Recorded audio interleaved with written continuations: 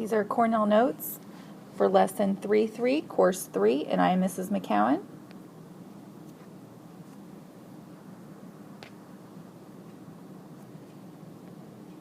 Today's topic is graphs. Title your Cornell notes, write the page number and today's date.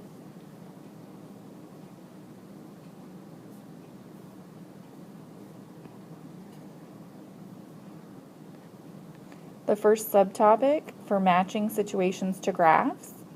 You need to paste in your notes graphs 1, 2, and 3.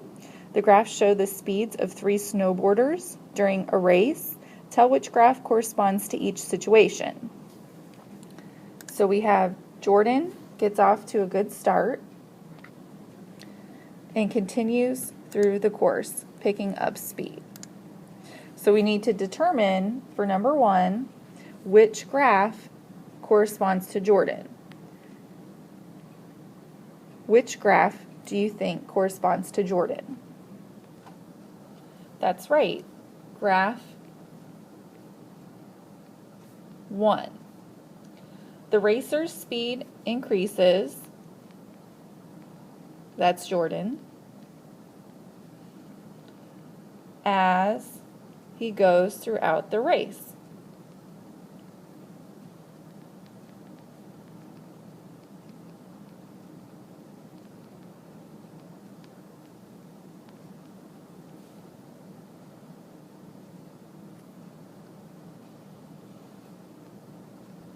Okay, this is still number 1. This is letter B. Ethan gets off to a good start and picks up speed. Toward the end of the race, he nearly falls off and his speed stops increasing. He rights himself and finishes the race, reaching his greatest speed.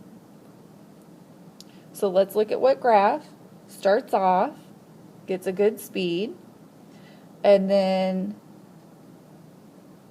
toward the end of the race, he nearly falls and his speed stops increasing.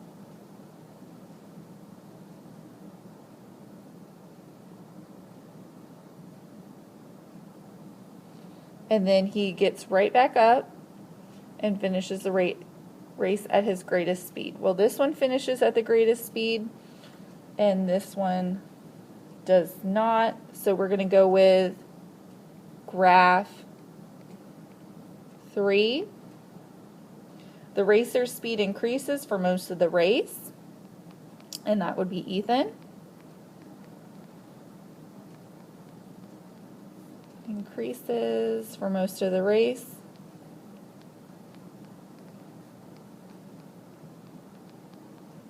And then he remains constant for a short period to where he fell off, and then he picks up speed at the end.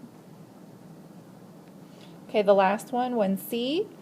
So all you have to do is write, Xavier gets off to a good start, but falls around the middle of the race. He gets up and finishes the race, gaining speed through the finish line. So this shows a dramatic fall, but he gets up and he finishes the race. So that would be graph 2. And the racer's speed increases until halfway through the race when it drops to 0.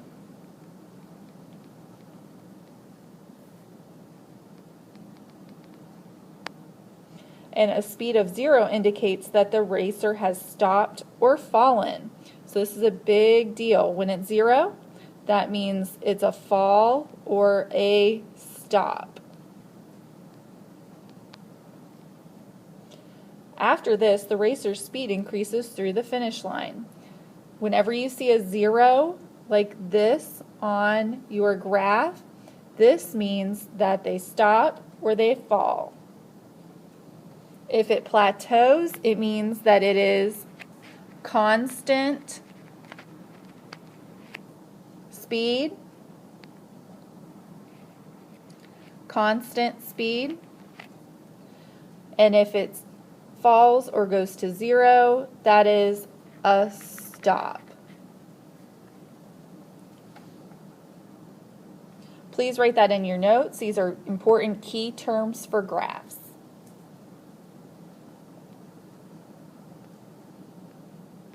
Okay, number 2, what is the difference between a continuous and a discrete graph? Please write these definitions in your notes. I apologize, they are blurry. A continuous graph is a graph made up of connected lines. So this would be continuous. As an example 1 below, a discrete graph is a graph that is distinct or unconnected points, as in example 2. And they're just dots. There is no line.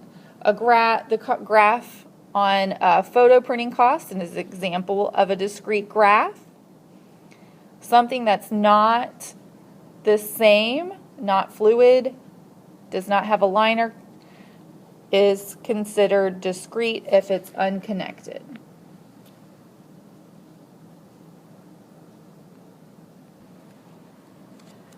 Now we're going to create a graph for the given situation.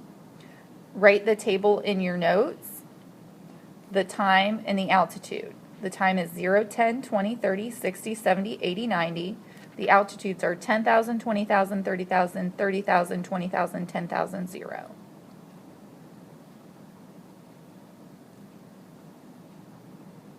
Okay, now we're ready to draw our graph. So I'm going to draw one at 0, 0. That's our first point. Our second point is at 10, 10,000. Our third point is at 20, 20,000. Our third point is at 30, 30,000. Our fourth point is at 70, 30,000. Or excuse me, 60,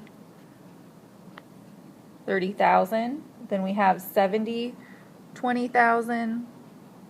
80, 10,000, and 90, 0.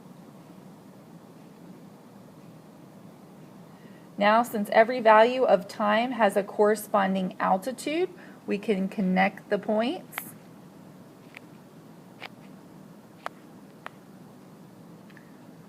And this, when we have time, time is considered to be a continuous graph.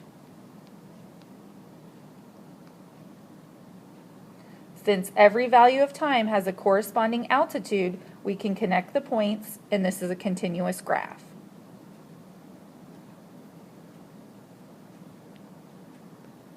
Okay, the last one in our notes today, create a graph for each situation, tell whether it's continuous or discrete. So I'd like you to write down for number 4, tickets to a concert that cost $15 each. Okay, so for the first one, we know that if I buy 0 tickets, obviously I spend $0. If I buy 1 concert ticket, it's going to be $15. If I buy 2, it's going to be $30.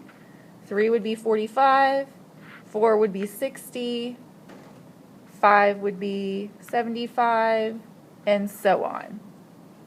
So the cost of Y increases by 15 for each ticket purchased on the x-axis, but because each person can only buy whole tickets or none at all, the graph is distinct points.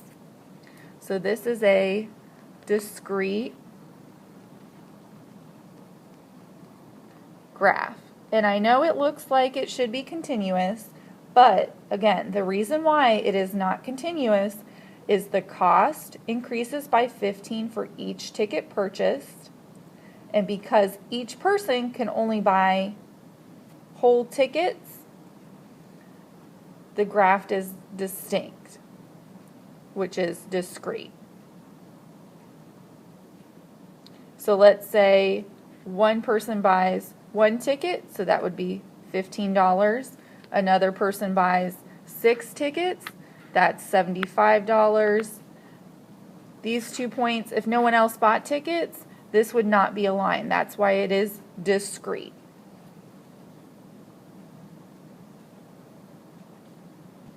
Okay, at the end of your Cornell notes, write, I learned to, I know how to, I reviewed how to. Anything that you learned or reviewed with graphing today, please write a 3-sentence summary in your notes. Thank you.